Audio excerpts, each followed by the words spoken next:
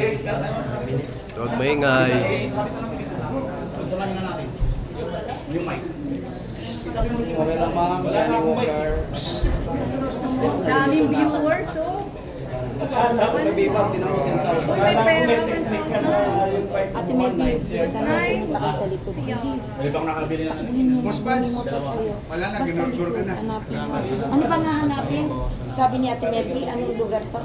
likod ito ng park ng veterans. Sa parking. Likod ng park ng veterans. Likod ng park ng veterans. Likod ng parking lot sa veterans. Bilis.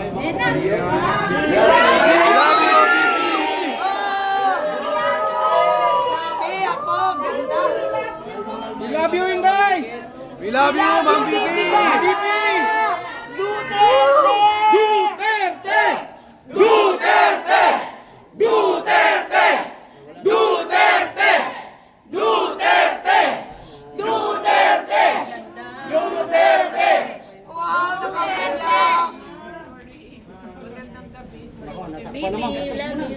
Atras kayo. Ayan. Kahit hindi naman tayo may ingay, pinapalayas tayo. Diba? Basta, love ka namin. We are here, BP. Walang iwanan, BP. Walang iwanan. Nandito kami. Walang iwanan, walang tulugan. Ayan. Ayan, magandang gabi po, Ma'am Bibi Inday Sara. At sa mga kasama po namin, nakalive po kami rito ngayon. Ako po si Bimar Channel. Ano ba yung sasabihin ko? Sorry, more than 24 hours na kulang tulog. Ano ba yung huwag tayo maingay kasi baka palayasin tayo. Dito, huwag tayo magsisigaw kasi baka palayasin tayo. Yes. Unang-una, nagpapasalamat ako sa inyong lahat sa suporta ninyo sa akin, sa aking opisina, sa aking mga kasama sa Office of the Vice President, kay Yusek Zulaika Lopez, at sa lahat ng mga OVP personnel na kasama ko ngayon dyan sa opisina, especially yung mga pinapatawag doon sa hearing. Ma'am Bibi, kumusta na po kayo? Nakakain na po ba kayo? Nakatulog na po ba kayo? Katulog ni Ma'am Attorney Lopez? Well, actually, hindi din siya nakatulog pa. But nakakain na ako. Yes, thank you for asking. Maraming salamat. Kain ako kanina, mga around 10 minutes ago. Kain ako ng isang fried chicken. Wala din masyado akong ganang kumain, sir. Kasi, alam mo yun, parang hindi ko alam kung mangyayari bukas or mamaya. Parang pati nakakahawa yung trauma ni Yusek Lopez na parang hindi mo alam kung ano mangyayari mamaya. Laban lang. Thank you. Maraming salamat na hindi nyo talaga kami iniwanan simula pa noon kay President Duterte 2015. In fact, yung iba 2014 pa, 15, 16 na hanggang ngayon. Nandyan kayo. Maraming salamat sa inyo. Alam ko marami sa inyo ang siguro sa inyo nanggaling yung nabudol na term. Pasensya na kayo. Hindi ko talaga alam na ganito ang mangyayari. Of course, diba, sino pang gusto na ganito ang mangyayari sa bayan natin na hindi natin alam kung saan tayo pupunta. Ang expectation ko talaga was that, well, we start to become a superpower. No? Hindi lang the sick man of Asia. Ganun yung expectation ko. Kamali lang. Kaya pasensya sa humingi ako pasensya. VP question. With this recent incident na in-invite kayo, maayos naman kayong humarap sa Congress, maayos na humarap sa Congress si Attorney Lopez, tapos biglang may ganitong harassment na nangyayari sa kanyang buhay. Will you still allow any personnel from OVP na imbitahan ulit ng Congress at maging ganito ulit ang effect? Alam niyo kasi ma'am, kung ako lang talaga, hindi lang talaga. Alam niyo, klaro naman na kung ano yung motibo nila is paninirapan. Kasi kung mag-investiga ka ba naman ng confidential funds, bakit yung Office of the Vice President, bakit DepEd lang? Ang daming opisina na merong confidential funds. Kung ikaw ba naman si Franz Castro, diba? Bakit babanatan mo yung Office of the Vice President for confidential funds? Ang dami namin na merong confidential funds. At ito pa, sa bilyon-bilyon na nakawan sa gobyerno, alam niyo yung lahat. Sinong magnanakaw ng 150 million at 500 million? A total of 650 million plus 125. Sino magnanakaw ng mga watog sinsilyo? Diba? Kaya nga, ganun yung amount. Kasi it was based on kaya nga ganun yung amount because it was based on planning kung ano yung buwan-buwan na trabaho. Diba? I mean, why was not the request 1 billion, 2 billion, 3 billion of confidential funds? Why was 500 million? Kasi yun yung planning sa trabaho. Why was it 150? Sino magnanakaw ng 150 ngayon? Magkano nananakaw ng mga congressman ninyo? Bilyon.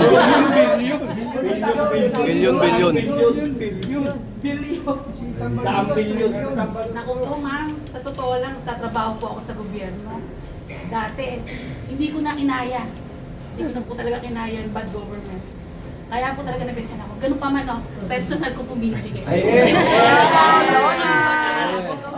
For kami po biktima ng droga, yung mga adik-adik na yan. Ako si Yumi Santiago, yung tumatayo po ngayon na kauna-una biktima na lumabas for former president na tinatanong kasi nasa akin ang biktima ng mga drug users and addict. Ako po na when I was young. So ako po tumatayo po ako ngayon para sa inyo. Maraming Dapat hindi nangyayari yun. Opo, kasi sinapayagan ng dati. Panahon pa nga, nabanggit ko na nga po sa vlog, panahon pa ho ng tatay ng presidente natin. Naging adik na po yung kapatid ko. Natigil po sila nung panahon po ng President Duterte. Ngayon, nung nawala po si President Duterte, siya na po nakako, nagsibalik na naman po yung mga adik. Kaya nakakatakot na po talaga. Nakakatakot na po talaga. Oo. Sa totoo lang ma'am, kung maalala nyo, di ba galing akong Hinoo? Kasi meron kaming OVP Thanksgiving event doon. May lumapit sa akin doon ma'am, isang nanay. Sinabi niya sa akin, Inday Sara, meron akong complaints. Tapos sabi niya, ang anak ko, addict. Ang anak ko, may kaso. Sinurrender ko ang anak ko thinking na magbabago siya sa loob ng kulungan. Ngayon, ang anak ko nagbebenta sa loob ng kulungan. Grabe. So, sobrang sama ng loob niya kasi she had to give up yung anak niya ipasok sa kulungan thinking na this will teach the person a lesson, my child a lesson. And then it turns out, sobrang disappointed and frustrated siya kasi nalaman niya nagbebenta sa loob ng droga yung anak niya. Hindi ganitong klaseng bansa ang gusto natin. Walang may gusto ng ganitong klaseng bansa. Pero ma'am, gusto po namin ipaalam sa inyo na buong pamilya namin, yun nga po yung sinasabi ko sa social media, na isa po ang pamilya ko mula sa uncle, sa tatay ko mismo, nakapagbagong buhay po dahil po sa administrasyon ninyo at ng buong pamilyang Duterte. Hanggang may Duterte, wala pong gustong magdroga. Yung po ang takot nila sa pangalan Duterte. Kaya po yung suporta po sa inyo hanggang sa ibang bansa, hanggang langit po. Sabi nga po, mamatay mabuhay, tutulong at tutulong pa rin po kami sa Duterte. Yes, very good. Yes. Thank you sa suporta ninyo at thank you sa paniniwala ninyo sa trabaho namin. At maraming salamat dahil sa kabila ng sobrang daming black propaganda at paninira, nandyan pa rin kayo. Yes, Mahigpit pa rin yung suporta. Yes, VP. Ano ba naman kayo ng budget? Gusto naman. Well, yes, nasagot ko naman na yan. Sabi ko na kahit anong budget yan, pagkakasyahin namin yan. Pagkakasyahin namin yan. Kasi kahit nung mayor ako ng Davao City, kulang naman lagi yung budget eh. Pinagkakasya lang namin lagi. Nagbabayad pa kami ng loans ng city government of Davao. Ito, mas lalong kakayanin namin ipagkasya dahil wala namang binabayaran na utang ang Office of the Vice Napakasimple niyo po. Pero yung nakita ko kung congresswoman na nakarelong mga Hermes, mga ganyan, sino ba yun? At saka yung Si Kimbo. Atras Abante, Marikina. at saka si Kim Bulay ba yun? Marikina. Si Bulay, si Abante, si LPA, yung sinasabi si Chapuset. Si Maganda Franz. naman, hindi ka ho nila, hindi na nga bagay ang OOA nyo, oy. Tingnan nyo naman po yung Vice Presidente, napakasimple. Ma'am, hindi kasi mahalaga sa akin ang mga material na bagay. Maaga kasi ako para merong realization sa buhay ko na lahat ng gusto ko hindi nabibili ng pera. Kaya wala akong sa personal na bagay dahil talaga ganito na lang. Gusto ko maging doktor. Kahit gaano dami ng pera ko, hindi, naging abogado ako. Pinapasalamat ko sa Diyos na naging abogado ako. Pero yung gusto ko sa buhay ko, gusto ko doktor. Kahit gaano kadami yung pera, kahit gaano ka mamahalin yung mga relo ko, sapatos ko, damit ko, sasakyan ko, hindi pa rin hindi yun ang gusto ko Gusto ko maging doktor, hindi siya magbili ng pera. Diba? Pero ma'am, ako po isa lang kasiyahan. Pwede po akong payaman. Oh, yes. Yes, beauty. Sana all. Bibi Sara, bakit po ito ginagawa sa mga Duterte, particular na sa inyong mag-ama? Ano po ba ang inyong nakikitang dahilan? Well, lagi sinasabi sa akin, ito, hindi ito sa akin. Kay ito, okay lang. Thank you. Galing ito kay dating Speaker and Senate President Manny Villar. Sabi niya sa akin, hindi ka titigilan. Kasi threat ka sa lahat Obvious ng naman. gusto ng mga presidente. Hindi lang Martin Romualdez, hindi lang kung sino man mga nag-iisip dyan na gusto maging Pangulo. Sa kanilang lahat. So, kung ikaw yung nauna, Siyempre, lahat sila, ikaw yung target nila para mapababa ka. Pagkatapos mo, sila na rin yung mag-aaway. Hanggang merong isang lalabas na maiwan, matirang matibay. Yun yung sabi niya sa akin. Kaya doon din ako may realization na hindi pala talaga ito titigil. Kasi wala pang eleksyon eh.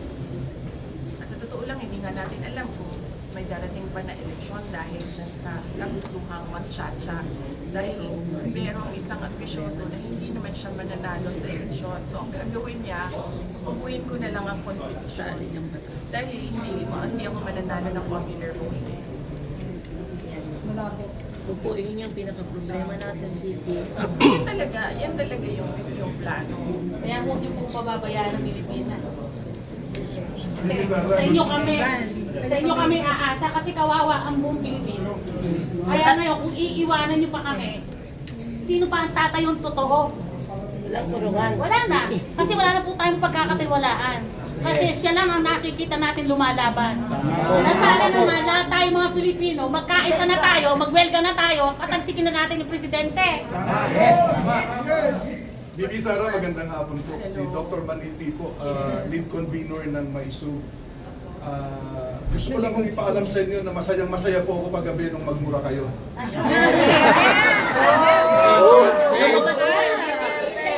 Laban yung pagsambayan ng Pilipino kasi kawawa po talaga kami. Kung mapupunta na naman kami sa leader na bangag. Oo, pero nandun pa rin ako ha sa hindi magandang example sa mga bata ang magmura. Kaya hindi niyo talaga ako naririnig magmura. Siyempre, galit na, no? Last night was an exasperation. Ma'am, di naman po masagawa yun. Kaya Sakto lang. Masamang magmura kung pangit ang nagmumura. Maganda ang nagmumura, may karapatan. Magmura. May malalim na Kasi nire-representan po ninyo, Bibi Sara, yung sambayan ng Pilipino na disappointed ng masyado sa gobyerno. Correct. Ito. Kaya nung nagmura po kayo, parang kami ho yung nagmumura talaga. Correct. Sir, dito milyon, Naiinip na kami. Bibi Sara, may nakahanda po ba kayong demanda ngayon sa mga... madaming hinanda yung mga abogado, pero ako yung, for lack of a proper term, nagpupusikot pa atras abante sa pagkaso. Kasi, alam mo yun, parang iniisip ko, baka kung pabayaan namin matapos siya, yun yung sinabi ko kay Atty. Lopez.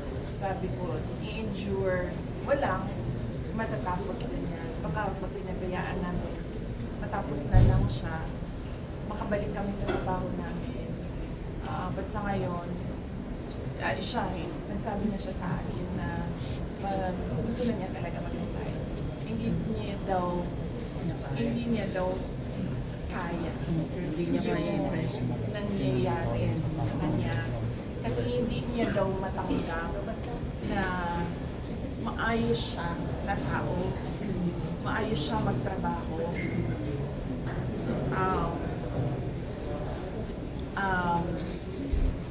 multi-awarded ang syudad ng Davao dahil sa working relationship namin, very good working relationship namin. Meron kami magandang division of labor sa trabaho. Politika sa akin, administration sa kanya. Pero hindi niya daw talaga kinakaya. Kanina, sinasabi niya, ibalik mo na lang ako sa nanay ko. But then, sabi ko sa kanya, hindi din kasi natapos yung check-up ko. So, sabi ng mama mo, tapusin mo yung check-up mo kasi hindi natin alam kung may something is wrong with you. But yun yung sinasabi niya sa akin. Resign na lang, then gusto na lang niya bumalik sa nanay, sa bahay ng nanay niya kasi retiro siya. Follow up lang po. Kasi yung nabalita namin magdedemanda si Pangulong Duterte kay Trillanes, tuwa po kami. Baka gusto niya rin kami pasayahin. Demanda niya naman yung literato ng Kongreso. Matutuwa po kami. Christmas gift po sa amin. Gigil na kasi kami. Magkaroon ng action. Sabi nga na yung Pangulong Duterte, buang daw yun. Nag-aalala din ako actually kay Pangulong Duterte kasi may edad na tapos mahina na yung tuhod kung nakikita niyo na natural sa mga may edad, mahina. Pag yun din kayo, ma'am. Pero hindi pa Kasi ang tagal mo na nakatayo dyan. At least andito kayo, lalaban Kasi sa tayo. mga nangyayari, until 2028 pa po yan. Kami po, bilang mga supporters ng Duterte, especially po sa inyo, sa nakikita po namin, parang ayaw na po namin tumagal pa ng 2028. Kasi BP talagang araw-araw po ang mga balita kung makikita niyo po, grabe po talaga. Patayan dito, hold up doon. Tsaka ngayon po, Yung mga kidnappings ng mga bata. sa Kongreso mismo, kung district, pakukulong sa Bukano. Di ba po, parang ano po talaga nangyayari sa bansa Pilipinas. Kaya kami po nag-uusap na hanggang kailan tayo maghihintay ng mga taong bayan na ihirap. Lalong na tayo pinahihirapan ng gobyerno. Dapat siguro, no, as people who are in discontent, who are frustrated, who are exasperated tulad ng nangyari sa akin, who are angry, dapat siguro i-demand natin sa pamahalaan kung ano ba yung dapat para sa ating bayan. Kasi sa ngayon, hindi naman natin nakikita. Pero alam natin lahat kung ano yung gusto natin makita, diba? So dapat i-demand natin yon sa pamahalaan na ibigay siya sa bayan, sa taong bayan. So yun yung sa tingin ko dapat natin gawin. Tayo dapat yung nagbabantay. Tayo ang mata, May question po ako, ma'am. bibig ng VP, ano po? VP, ano po? Kung sakasakali po, naririnig tayo ng bangag ng presidente, nakipag-negotiate po siya sa inyo, nagkaroon po ng mga settlement agreement. Ang tanong ko lang po namin, makikipag-areglo po ba kayo sa nangyayari po na to sa bansa natin? Hindi ako tao na nagpapa-areglo. Hindi ako. Yes. Ang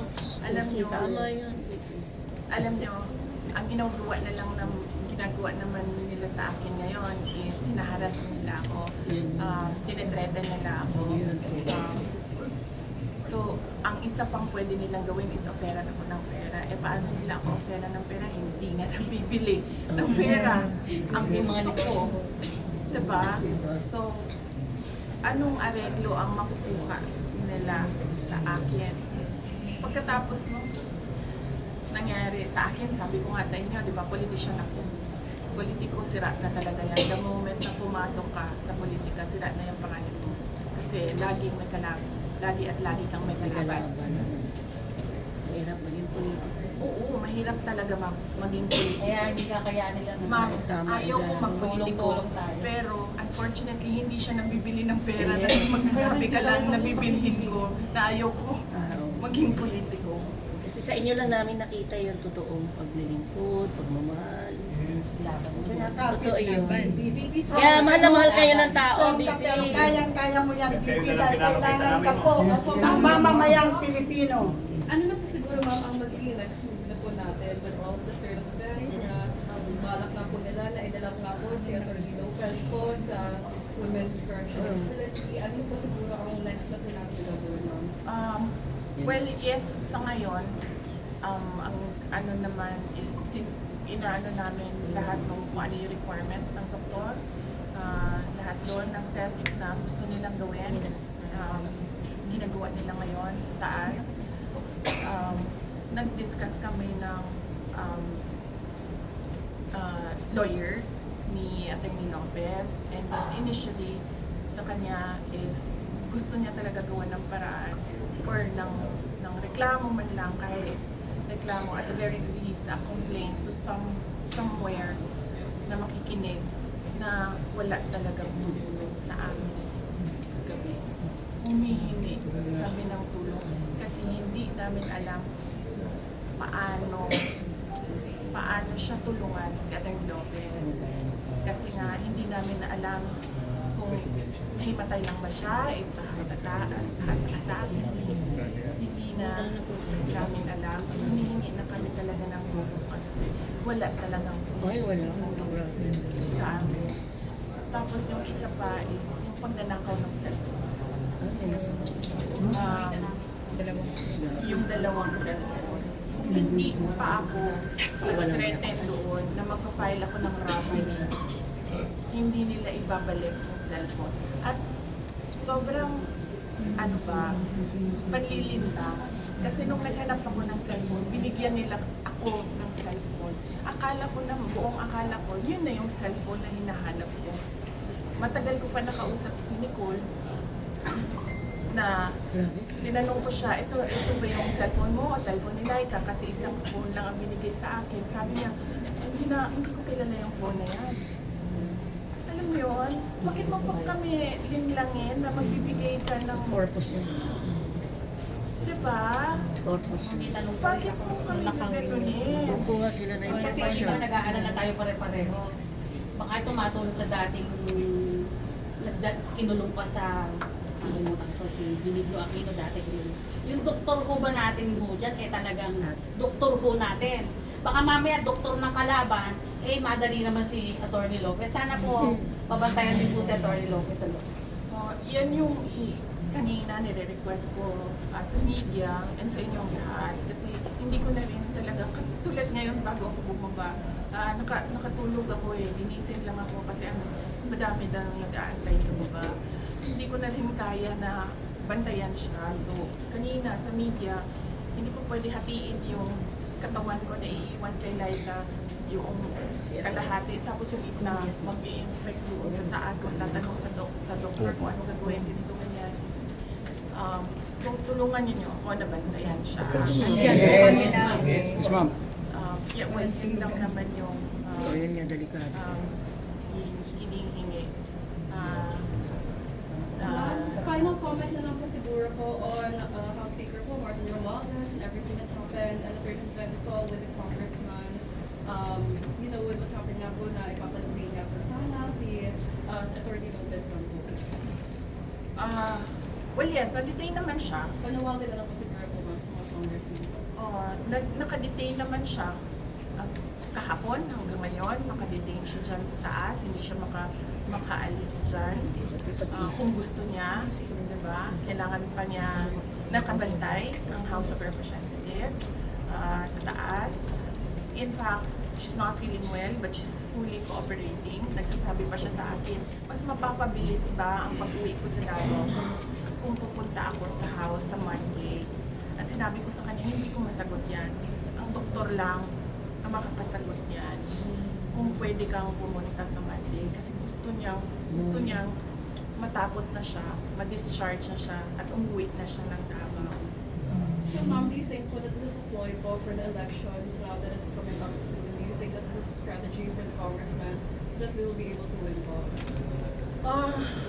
Well, I don't know how you will win with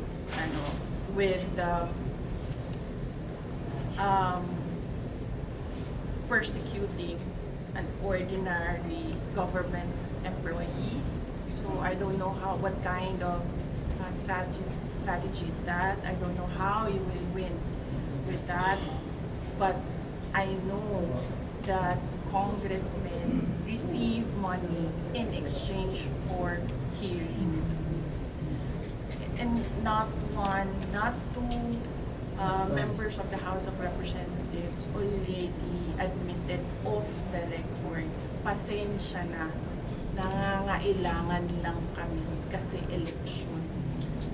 Obvious naman, beauty na ng pera. Diba? So, yun. So, I think kailangan natin magpahinga lahat kasi it was a very long day. I'm sure kung hindi kami natulog, hindi din kayo natulog. Kasi Yes. From Batasan. Yes. From Batasan Pumunta din to St. Oh, Luke's St. po, then Luke's. back to dito. Mga OFW po nakatutok sa inyo. Oo. Ay, naku. Alam mo, ang OFW, ang mga sektor na talaga unang-unang yumakap at tumanggap sa mga Duterte. Sila yung unang-unang sektor na united yung kanilang pagmamahal sa mga Duterte. Kaya napakalaki ng utang na loob namin sa ating Kami po ay nagpapasalamat sa panahon binigay mo sa lahat ng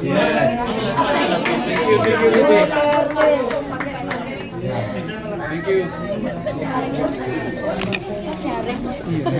Nangyari.